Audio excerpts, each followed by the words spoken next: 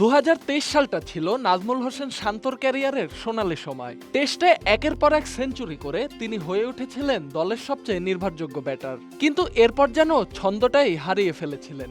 ২০২৪ সালটা কেটে গেছে হতাশায়। ফর্ম হারিয়ে সমালোচনার মুখে পড়া শান্তর জন্য ২০২৫ সালের জিম্বাবুয়ে সিরিজ ছিল ঘুরে দাঁড়ানোর শুরু। গলে শ্রীলঙ্কার বিরুদ্ধে আজ শতক হাঁকিয়ে তিনি বুঝিয়ে দিলেন পুরনো শান্তই ফিরে এসেছে। ১৮ মাসের অপেক্ষা শেষে টেস্টে আবারও ৩ অঙ্ক ছুঁয়েছেন শান্ত। এই ইনিংসে ছিল না বাড়তি কোনো আগ্রাসন, ছিল না কোনো ঝুঁকি, ছিল কেবল নিখুঁত কৌশল, আত্মবিশ্বাস আর ধৈর্য। মুশফিকুর রহিমের সঙ্গে গড়ে তুলেছেন ২১৬ রানের জুটি। ব্যাট উঠেছে, চোখে মুখে ঝলক উঠেছে তৃপ্তি। সেঞ্চুরি মানে এবার শুধু রান নয়, একটা হাফ ছেড়ে বাঁচা। এই ইনিংস শান্তর জন্য ভীষণ জরুরি ছিল, কারণ অনেকেই ধরে নিচ্ছিলেন শান্ত হয়তো আর ফিরে আসতে পারবেন না। এই সেঞ্চুরির মাধ্যমে তিনি শুধু তাদের ভুলই প্রমাণ করেননি, নিজের ভেতরের বিশ্বাসটাকেও টেনে এনেছেন বাইরের আলোয়।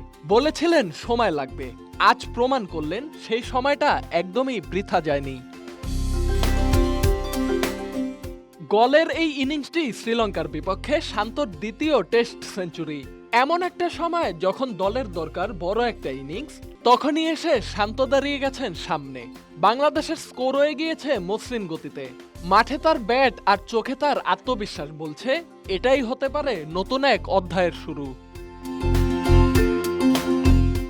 বিশ্ব টেস্ট চ্যাম্পিয়নশিপের আগের ২ আসরে তলানিতে থাকলেও এবার শুরুটা ভালো করতে মরিয়া বাংলাদেশ।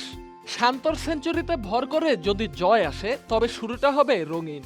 শান্ত হয়তো নিজেই জানেন না আজকের এই ইনিংসটা শুধু নিজের ফর্মে ফেরা নয়, বাংলাদেশের টেস্ট স্বপ্নটাও নতুন করে জ্বালিয়ে তোলা শুরু হতে পারে। Dhaka express desk report.